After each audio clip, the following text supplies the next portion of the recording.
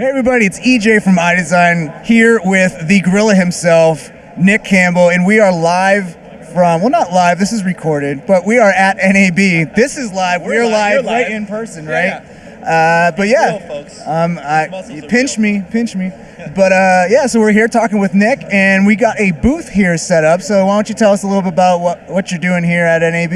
Yeah, it's the first year we have our own Grayscale Gorilla booth. We're part of the Maxon Partner Pavilion, so we're super excited to be here all day and hang out with our customers. It's really cool actually to have people that use our products and see our training come up, and we get to talk to them and interact with them. So it's been a great first day here at NAB. It's been fun.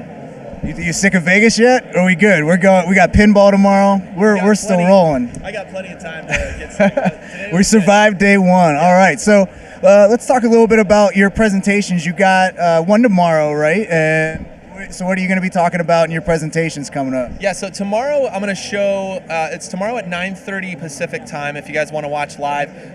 It's going to be all about my top 20 favorite tips to speed up Cinema 4D. And it's going to be something, a little bit more geared towards somebody new to Cinema 4D, but I guarantee no matter how long you've been using Cinema 4D, there'll be at least one or two tips in there to speed up, not just making stuff, like how to actually produce, but also how to render. So I'm going to go through the physical render and show how to really speed up your rendering, because there's a lot of great renders coming out and experimenting with all this stuff, but we find that over half of Cinema 4D users still use the physical or standard render.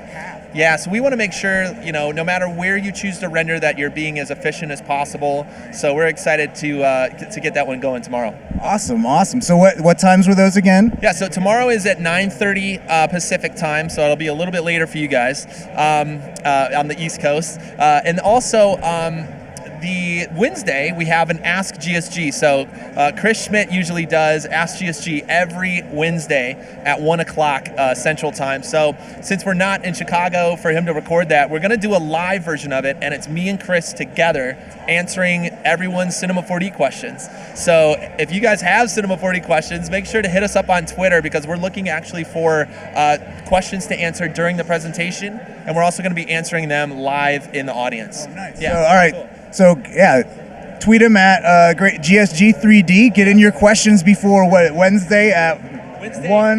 Wednesday is at 11:30 Pacific. When it would air typically at East Coast time. Yeah. Okay. Yeah, close enough. A little bit hour out. Awesome. So what's happening on the blog? What are we looking at coming to grayscalegorilla.com? So tomorrow we're posting a tutorial actually all about speeding up physical render. Nice. It's going to be a couple of the things I'm going to talk about at the presentation, but a little bit more in depth. We have a ton of new products coming out in the next 6 months, including a new HDRI pack. We also have a signal update that we've been working on. As everyone knows, Deadmau5 was working on his own graphics, and I know you were talking, Brograph guys were talking, and we were also talking to him, and we helped him fix a problem that he was having with beats per minute. Now, he was trying to animate to his music, but because he's a musician, electronic musician, he was more used to programming like samples as you would a song rather than animate. So what we basically built with the new tab and signal is the ability to program your animations as if they were samples. So imagine you have a kick drum and you're making a song and it goes boom, boom, boom, boom. That's pretty typical of the music, right? Now imagine you're in Signal and you can program that so that it happens every time on the beat. And of course you can get more complex with other drum patterns, you can bring in bass patterns, but we're trying to find new ways to animate in Cinema 4D that don't always require you to jump into the timeline. And so he actually used our plugin to make some of his animations. So we're really excited, if he could use it, and we love it. I think our audience will love it as well. That's awesome. Deadmau5, a C4D fan. How about that? We got some heavy hitters. We got someone bigger than Nick using Cinema 4D, friends. He's got followers for sure. Awesome. So just one last question for you. I know you're a busy guy here at NAB, but you're doing your workflow tips. I think workflow is very important. So what do you think is, you get these little nuggets of workflow tips. What's your biggest workflow tip that once you learned it, it was like totally like opened your eyes? You're like, what? Why wasn't I doing that this whole time? Man, that's a good question. I think one of the things I really focused on was getting my render settings and render presets set up.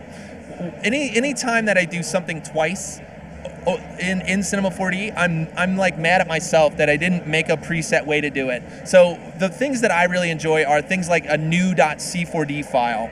If you make a new .c4d file and save it, we actually have a quick tip on our website.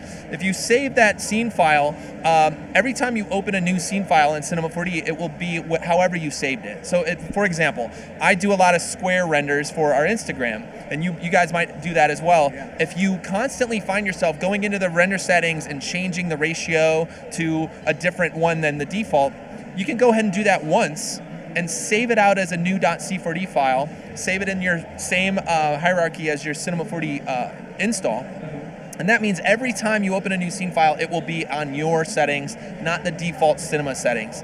So for me, it's about, and by the way, this is the same as other stuff I'm talking about tomorrow, setting up better defaults for all of your tools. I want you to think about your Cinema 4D layout and the tools that you use as a workshop. If you were to set up a physical workshop, you would put the tools and the things that you use the most closest to you. Right. And so those are the things that once I realized I have to treat this software as if it was a physical space, because there's only limited screen space. Right. That's when cinema became much faster, and I could grab the tools I was using constantly and be able to be more efficient in my workflow. Awesome. You're not spilling coffee all over I'm yourself. still spilling coffee Awesome, all over. awesome. That's a different problem. We'll solve that. That's a different plugin. Awesome. Well, thank you so much for taking the time out Yeah, to talk man. to us here at NAB. And again, stay tuned all week. We got Nick's talk tomorrow, Tuesday and Wednesday. We got C4D Live. So all week long on c4dlive.com.